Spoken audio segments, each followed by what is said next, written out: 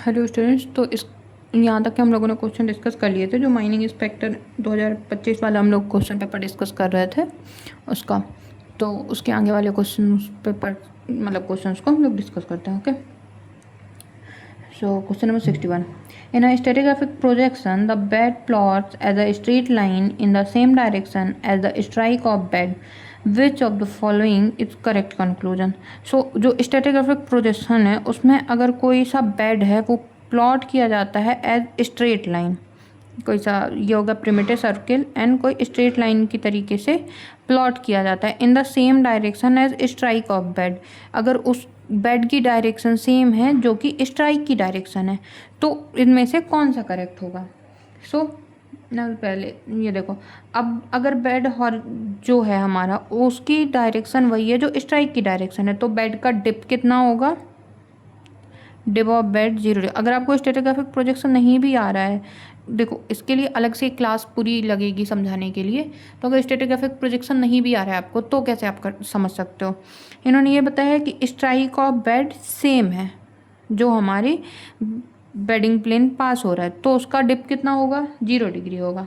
तो जो स्ट्राइक है वो किस तरीके से हो सकती है, स्ट्राइक एग्जिस्ट करती सकती है in any direction but there is no true downward inclination. जो डाउनवर्ड इंक्लिनेशन है उस तरीके के साथ में जो ट्रू डिप है उसके साथ स्ट्राइक 90 डिग्री का एंगल बनाती है।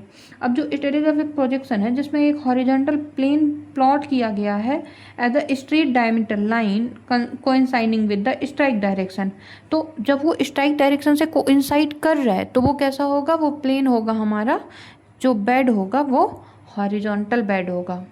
ओके, स्ट्राइक क्या होती है, स्ट्राइक होती है the direction of a horizontal line lying on a plane, जो कि ऑलवेज हॉरिजॉन्टल होती है।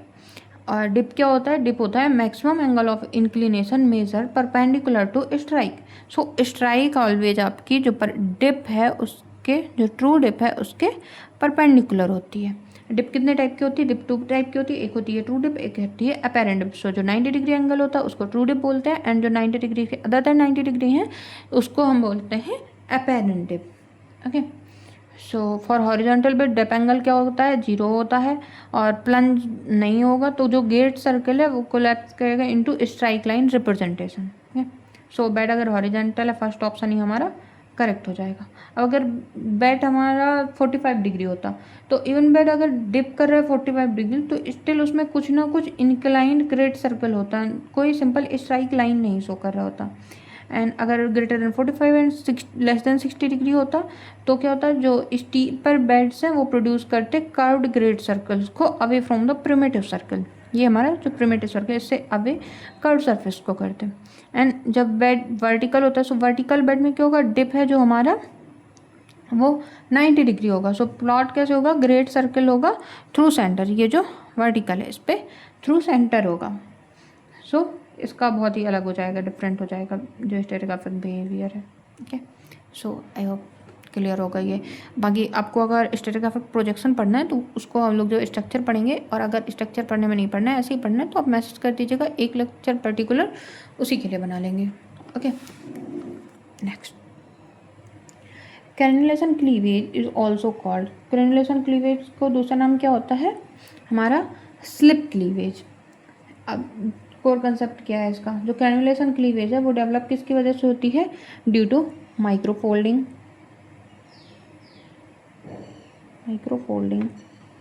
compression and differential movement along tiny planes।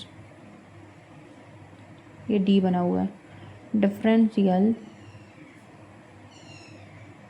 Movement along tiny planes। Okay, so ये क्लोजली एसोसिएटेड होता है किससे, जो स्लिप हो रहा होता है। अब जब कंप्रेशन लगेगा तो जो मिनरल ग्रेन्स हैं वो आपस में कैसे होंगे, स्लिप होंगे। सो ये क्लोजली एसोसिएटेड होता है, associated with slip between mineral gains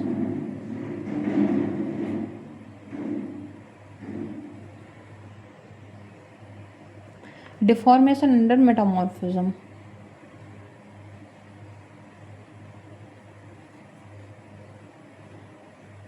under metamorphism. Okay, तो इसको क्या बोलते हैं हम? स्लिप क्लीवेज बोलते हैं। अब ग्रेनुलेशन है, ग्रेनुलेशन क्या है? स्मॉल स्केल ब्रिंकलिंग या फिर क्रम्पलिंग भी बोलते हैं इनको। तो ये किस में मिलती हैं? फाइलाइट, सिस्ट या फिर और भी जो विजुअल मेटामॉर्फोज्ड रॉक है उनमें हमें मिलती है। ओके, नेक्स्ट क्वेश्चन है, type of joint develop perpendicular to the fold axis in orogenic belts are called. तो जो परपेंडिकुलर होते हैं किसके? फोल्ड एक्सिस के, उनको हम बोलते हैं एक्सटेंशन जॉइंट। अब ये फॉर्म कैसे होते हैं? तो पहले कोई लेयर्स है वो बेंड होती है फोल्ड में। इनका अगर हम मैकेनिक्स देखें तो कैसे होगा? Layers bend into folds.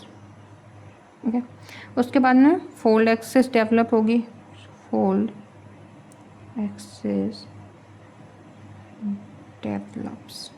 Okay, उसके बाद में जब फोल्ड एक्सिस डेवलप हो गई तो टेंशनल स्ट्रेस डेवलप होगा perpendicular to fold axis. Tensional stress develops perpendicular to fold axis. Okay, and उसके बाद में क्या होगा? क्रैक ओपन हो जाएगा, क्रैक ओपन। इस क्रैक को हम बोलते हैं एक्सटेंशन जॉइंट। सो या फिर ऐसे कर सकते हो कि कोई फोल्ड है, जैसे ये कोई फोल्ड है, इसका जो परपेंडिकुलर होगा यहाँ पर कोई सा फोर्स लग रहा है जिसकी वजह से क्रैक डेवलप हो गया और उस क्रैक को ही हम बोल रहे हैं extension joint. Okay, and other कोई पैसे समझाने के लिए नहीं है। एक्सटेंशन जॉइंट इंडिकेट क्या करते हैं? इंडिकेट करते हैं टेंसाइल स्ट्रेस को, स्ट्रेचिंग ड्यूरिंग द फोल्डिंग को and brittle response in upper crust को। कॉमन कहाँ पर है? हिमालय, अप्लीसियन फोल्ड एंड जो अल्पाइन बेल्ट्स हैं उनमें ये कॉमन है। नेक्स्ट क्वेश्चन देखते हैं, Which type of unconformity represent a sedimentary rock sequence deposited directly over plutonic rock? ये देखो, ये जो 64 वाला क्वेश्चन है, सेम यही क्वेश्चन कितना बड़ा करके उन्होंने माइनिंग ऑफिसर के एग्ज़ाम में दिया था। उस पर भी एक सेडिमेंट्री था एंड एक जो वॉल्केनिक सीक्वेंस था, बस उनके नाम दिए हुए थे, मलानी रायोलाइट के साथ में उनको रिलेट किया हुआ था। वो वाला क्वेश्चन लोगों ने बहुत डिटेल में उस पर डिस्कस किया था ना, सेम वही क्वेश्चन है, बस उसको फ्रेम किया, जिसको हम बोल रहे थे ना इसको स्मॉलर फ्रेम किया था। उसमें क्या होगा? इतना बड़ा क्वेश्चन दिया था यही क्वेश्चन, और वही क्वेश्चन यहाँ इतना छोटा सा फ्रेम किया हुआ है। सो इसका क्या होगा आंसर हमारा? तो इसका हो जाएगा हमारा, जब भी ऐसा होता है तो नॉन कन्फर्मिटी, जब हमारा सेडिमेंट्री सीक्वेंस जो है वो डिपॉजिट होता है directly over plutonic rocks. Angular होता है जब हमारा एंगल शो करता है। डिसकन्फर्मिटी क्या होता है? ये आपका होमवर्क है, क्योंकि ये हमने इसके पहले वाले क्वेश्चन में आपको समझाया हुआ है। ओके, सो क्लियर होगा लोग। ओके, नेक्स्ट क्वेश्चन देखते हैं। सो a normally brittle rock may undergo plastic deformation under which condition? So under high temperature condition। अब इसको हम लोग समझते हैं कि हाई टेम्परेचर कंडीशन कैसे हो। सो क्वेश्चन ने क्या पूछा है? कौन कौन से फैक्टर हैं जो कंट्रोल करेंगे कि रॉक कैसे बिहेव करती है, ब्रिटली बिहेव करती है या फिर डक्टली बिहेव करती है या फिर प्लास्टिकली बिहेव करती है। ब्रिटल का मतलब क्या होता है कि ब्रेक हो जाती है या फिर उस पर फ्रैक्चर डेवलप हो जाए। जैसे ये रॉक पेन है, इसको हम अगर बीच से फोर्स लगा रहे हैं तो क्या होगा? ब्रेक हो जाएगा। और कैसा ब्रेक होगा? ब्रिटली बिहेव होगा। एंड जो डक्टाइल होगा उसमें क्या होता है? बेंड हो जाता है। अगर यही बेंड हो जाए, टूटे नहीं बीच से, बेंड हो जाए, मुड़ जाए, जैसे फिंगर है वो बेंड हो जाती है, तो उसको क्या बोलेंगे हम? डक्टिलिटी या फिर प्लास्टिकली। तो जब कोई भी रॉक है उसको प्लास्टिक बिहेवियर शो करना है तो उसके लिए उसमें क्या कंडीशन होगी? अब रॉक को प्लास्टिक बिहेवियर शो करना है तो वो कहाँ पे शो करेगा? जब वो ग्रेट डेप्थ पे होगा, जब उस पर टेम्परेचर एंड प्रेशर इंक्रीज होगा। और जो रॉक है वो नियर होगी सरफेस पे तो वो कैसा बिहेवियर शो करेगी? वो ब्रिटल बिहेवियर शो करेगी। सो हमारे रॉक को डक्टाइल होने के लिए क्या चाहिए? सबसे पहले तो हाई टेम्परेचर चाहिए। हाई टेम्परेचर में क्या होगा? हाई टेम्परेचर की वजह से क्या होगा? क्रिस्टल लैटिस का डिफॉर्मेशन हो जाएगा, क्रिस्टल लैटिस डिफॉर्मेशन होगा। सेकंड होगा जो डिसलोकेशन हो जाएगा क्रीप्स का,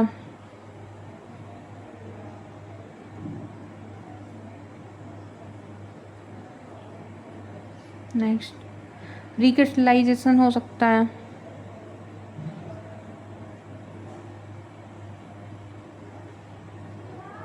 and grain boundary movement.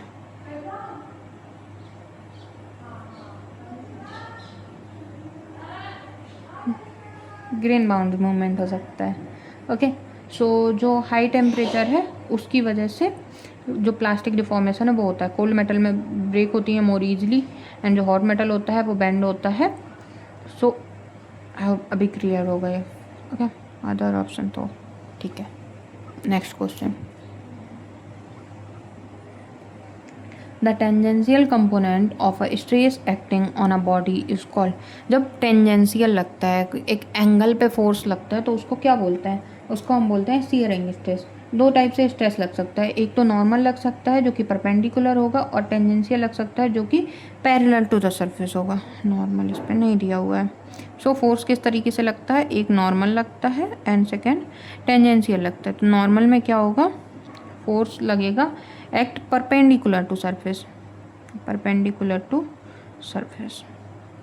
And जो शियरिंग स्ट्रेस होगा या टेंजेंशियल होगा, टेंजेंशियल में कैसे होगा? Parallel to surface. इसको आप लिख लीजिएगा, parallel and perpendicular to surface.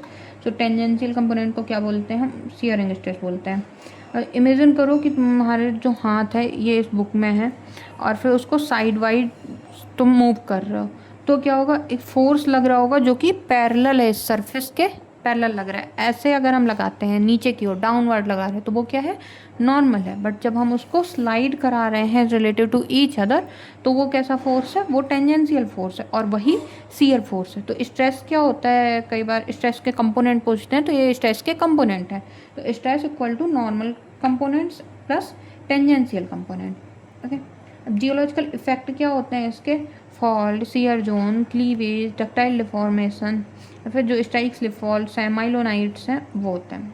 Okay, so shear कैसा होगा? पैरेलल टू द सरफेस होगा एंड कॉज करेगा स्लाइडिंग मूवमेंट। कंप्रेसिव क्या होता है? कंप्रेसिव में होता है पुश करता है, इनवर्ड पुश करता है। ओके, ऐसा दोनों को क्लोज ला रहा है, इनवर्ड पुश करता है, जिसकी वजह से फोल्डिंग या फिर रिवर्स फॉल्ट जनरेट होता है। टेंसाइल में क्या होता है? टेंसाइल में पुलिंग अपार्ट, दोनों पकड़ के एक इस डायरेक्शन में मूव कर रहा है, एक इस डायरेक्शन में मूव कर रहा है, जिसकी वजह से एक्सटेंशन जॉइंट या फिर नॉर्मल फॉल्ट्स बन सकते हैं।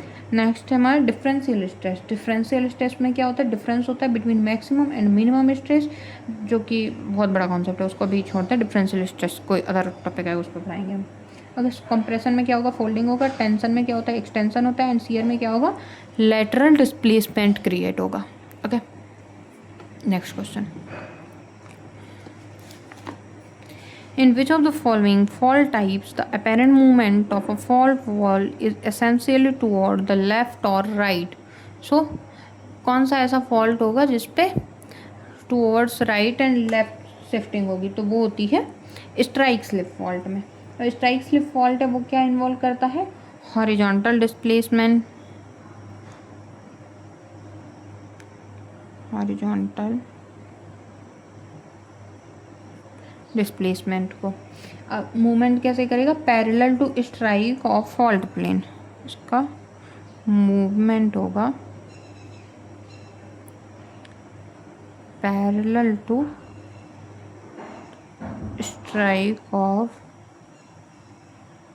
Fault plane.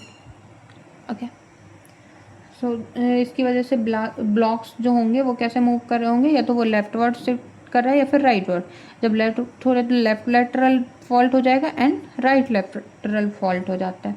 इसकी जो ज्योमेट्री वो कैसे है? स्ट्राइक स्लिप में डिप का मूवमेंट मिनिमल होता है एंड हॉरिजॉन्टल मूवमेंट डोमिनेट करता है। इसका एग्जांपल क्या है? सैन एंड्रियास फॉल्ट है। आपको एक चीज़ बतानी है जो कि हम पहले डिस्कस कर चुके हैं उसको। ओके, सैन एंड्रियास फॉल्ट किन दो प्लेट्स के बीच में बन रहा होता है? ये आया हुआ था क्वेश्चन और हम लोग बहुत डिटेल से इसको डिस्कस कर चुके हैं। अदर ऑप्शन देखते हैं। So oblique slip fault, oblique slip fault में क्या होता है? हॉरिजॉन्टल मूवमेंट भी होता है एंड वर्टिकल मूवमेंट भी होता है, तो प्योरली लेफ्ट राइट मोशन इसका नहीं होगा। स्ट्राइक स्लिप में प्योरली लेफ्ट राइट मोशन होता है। एनएसएलआर ये टर्न अरेंजमेंट में होता है, फ्रैक्चर्स की वजह से फॉल्ट होता है, इससे रिलेटेड नहीं है। डिप स्लिप में क्या होता है? वर्टिकल डिस्प्लेसमेंट डोमिनेट करता है, जैसे normal fault and reverse fault. Okay, so clear होगा आपको। नेक्स्ट क्वेश्चन देखते हैं। The movement of reverse fault, where the footwall is an active component, is called.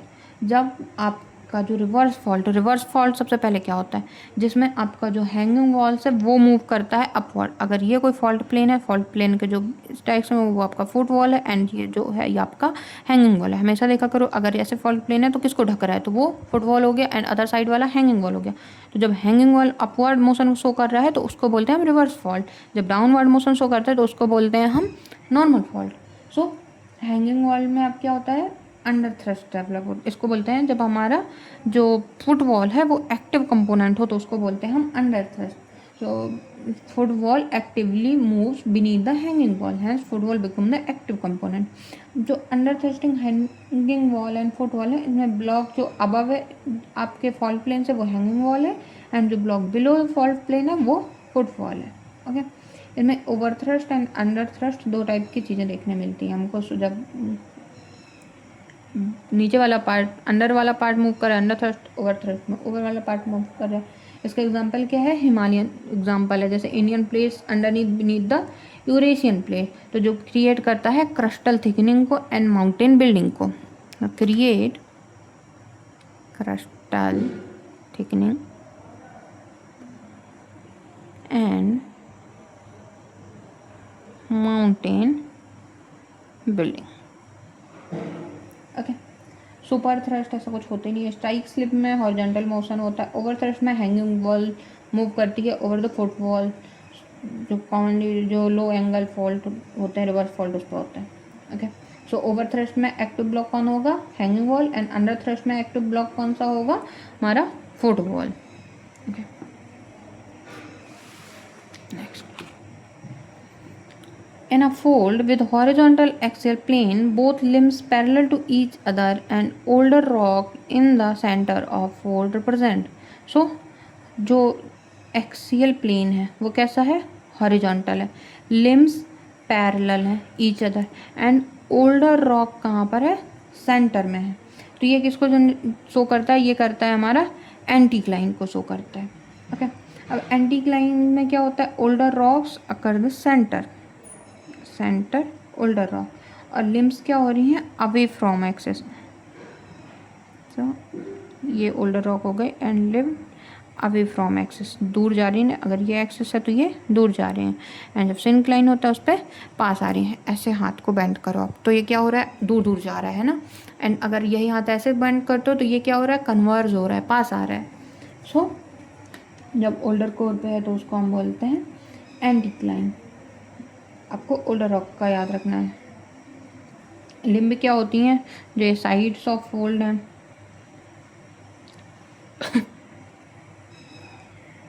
Hinge क्या है, मैक्सिमम कर्वेचर एरिया. ये भी एक क्वेश्चन आया था आपका, maximum curvature area. Axial plane क्या है, जो कि डिवाइड्स करता है हमारा फोल्ड को. हॉरिजॉन्टल एक्सियल प्लेन का मतलब क्या है, कि a fold with horizontal axial plane हो सकता है जो हमारा रिकम्बेंट स्टाइल ज्योमेट्री है. बट जो रॉक का रिलेशन है वो क्या है, कंट्रोल करता है कि वो एंटीक्लाइन होगा या सिंक्लाइन होगा. सो इसकी वजह से हमारा जो ओल्डर रॉक एट सेंटर दिया हुआ है एंड जो कॉन्वेक्स ज्योमेट्री है तो उसकी वजह से हो गया एंटीक्लाइन. सिंक्लाइन में क्या होता है, यंगर रॉक सेंटर में होती है. मोनोक्लाइन क्या है, स्टेप लाइक फ्लेक्सर फोल्ड होता है. रिक्लाइन में क्या होता है, fold with plunging hinge and inclined axial plane. So fold with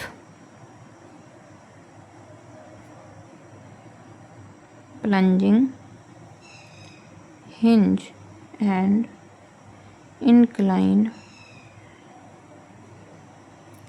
axial plane. Okay, so anticline में ओल्डर होगा एंड सिंक्लाइन में यंगर होता है. Next question. Folds with thinner beds on the limbs and thicker near the hinge is called. ऐसा कौन सा fold होता है जिसमें जो लिम्स हैं वो थिन होती हैं एंड जो हिंज है वो थिक होता है. तो इसको हम बोलते हैं सिमिलर फोल्ड. सिमिलर में क्या होता है, बेड की थिकनेस है वो वेरी करती है during the deformation. So bed thickness varies during deformation and hinge become thicker near hinge, and जो लिम्स हैं वो थिन हो जाती हैं। तो इसकी वजह से इसको बोलते हैं हम, और ये होता क्यों है? Due to plastic flow,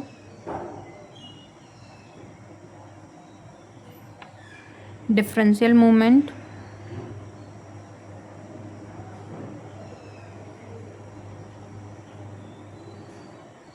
and ductile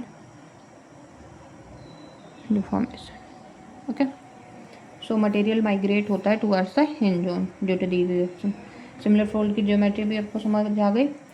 इसका कंट्रास्ट होता है पैरेलल फोल्ड के साथ में, कंट्रास्ट हो सकता है, पर जो पैरेलल फोल्ड है वो क्या करता है? कांस्टेंट ऑर्थोगोनल थिकनेस को मेंटेन करता है, पर जो सिमिलर फोल्ड होता है उस पर थिकनेस चेंज होती है। ये दोनों के बीच में कैरेक्टरिस्टिक है। अब पैरेलल फोल्ड बेड थिकनेस क्या होती है? कांस्टेंट रहती है पैरेलल फोल्ड में। सिमिलर फोल्ड करेक्ट आंसर हो गया, थिक हिंज हो गया एंड थिन लिम्स हो गया। होमोक्लाइन में होता है uniform dip in one direction. Fan में क्या होता है? लिम्स डाइवर्ज होती हैं in fan like shape. So parallel similar में यही याद रखना है कि जो सिमिलर फोल्ड होगा उस पर वेरिएबल थिकनेस होगी, एंड जो पैरेलल फोल्ड होगा उस पर कांस्टेंट थिकनेस होगी।